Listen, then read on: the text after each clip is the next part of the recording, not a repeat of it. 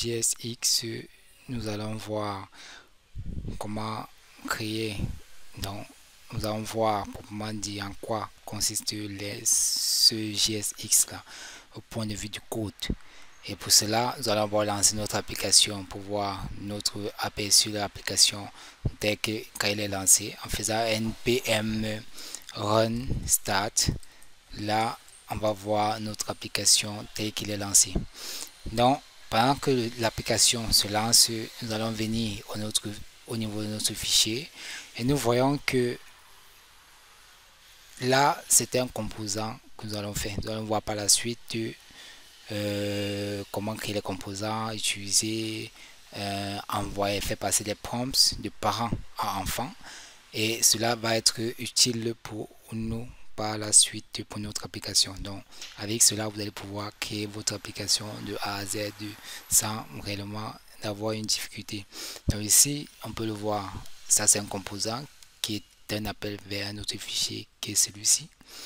Donc si on fait un contrôle suivi de ce clic à ce niveau ou de ce clic à ce niveau, contrôle clic, on peut accéder directement au composant en question. D'où l'utilité du Visual Studio Code et de la performance que Visual Studio Code nous donne par rapport à l'utilisation de notre application. Et c'est ça qui nous donne, c'est ça qui est un avantage d'utiliser cela. Donc ici, on a notre index.jsx. Donc ici, on va continuer sur ce composant-ci. Maintenant, ce qu'on va faire, c'est de définir une fonction qui utilise du JSX. Donc, comme vous pouvez le voir là, il y a déjà cette fonction qui utilise du JSX, mais on va utiliser une autre fonction. Ça, c'est un composant ici, mais on va utiliser une fonction qui fait référence qui fait une inclusion à JSX. Donc ici, on va faire définir notre fonction. En définissant, notre fonction va renvoyer quoi? Le nom et le prénom, par exemple, bien récupérer, afficher le nom, bien nous permettre de recevoir le nom de l'application. Donc on peut mettre là get name app par exemple. Et là, on définit notre fonction. Rien qu'en mettant ainsi, on a défini notre fonction. Et vous voyez, voilà, il y a un message qui apparaît et qui nous dit que ce n'est pas utilisé. Il n'est pas encore utilisé, mais c'est déclaré. Là, il n'y a pas de problème. On peut utiliser avec cette application-là, mais c'est juste un warning donc, pour dire que il faudrait qu'on puisse tenir compte de cette classe que nous avons pour utiliser. Si n'est pas utilisé, on peut le commenter ou bien le supprimer de notre application. Donc là, on a un get name.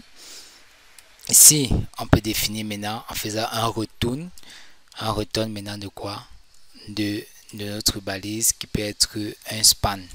Donc ici, je vais mettre un span. Donc, je vais faire ainsi, span. Maintenant, de mettre quoi? Je vais dire que ma première application.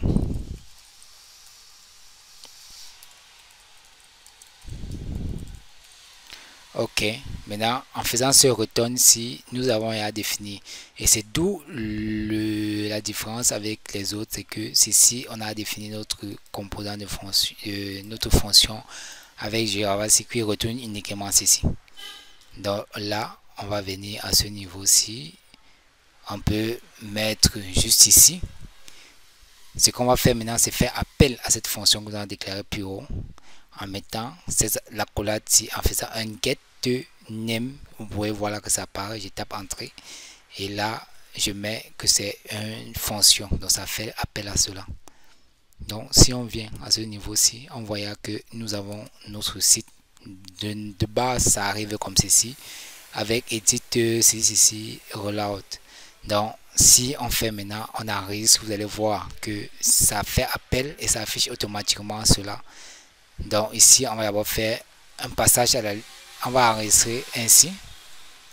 Là, vous voyez que ça compile et ça fait automatiquement la mise à jour et on n'a pas besoin de réactualiser la page. Ici, vous pouvez voir que ça affiche ma première application ici. Et là, je peux venir ajuster ici. Je mets grâce à Udemy. En modifiant, ça compile.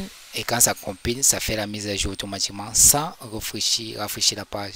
D'où cette modification, ce travail assez rapide, ce qui va nous permettre de développer notre application rapidement. Donc, là, nous avons déclaré cela. Il y a une autre chose qu'on peut faire que de le mettre à ce niveau-ci. On peut déclarer une variable qui va prendre en considération cela.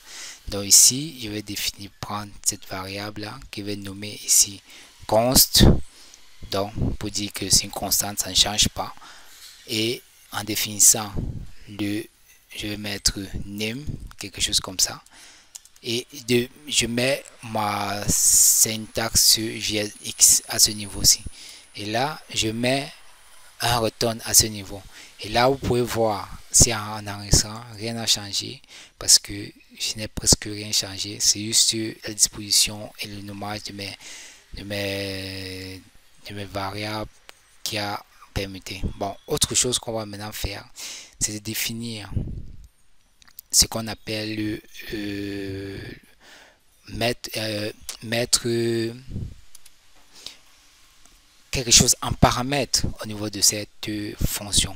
Donc ici, je vais mettre un nom, par exemple, peut-être le nom de la plateforme. Ce qui va changer, c'est Udemy. Je mets ici plateforme.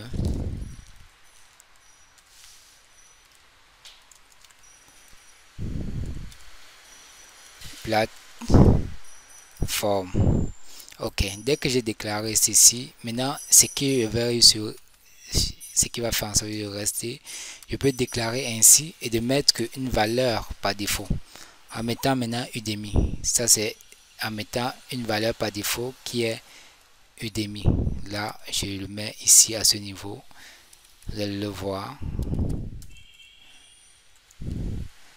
Je mets cette fonction à ce niveau-ci, plateforme. Donc, ce qui fait en sorte que si on ne met rien, comme on l'a vu ici, si on ne met aucune valeur à ce niveau-ci, ça va prendre de la valeur par défaut Udemy. Donc, on peut l'enregistrer, rien ne va changer. On va voir que rien n'a changé et ça a effectivement compilé. On voit, rien ne change. Maintenant, ici, si je fais passer maintenant une autre fonction, une valeur, par exemple, je mets par exemple YouTube.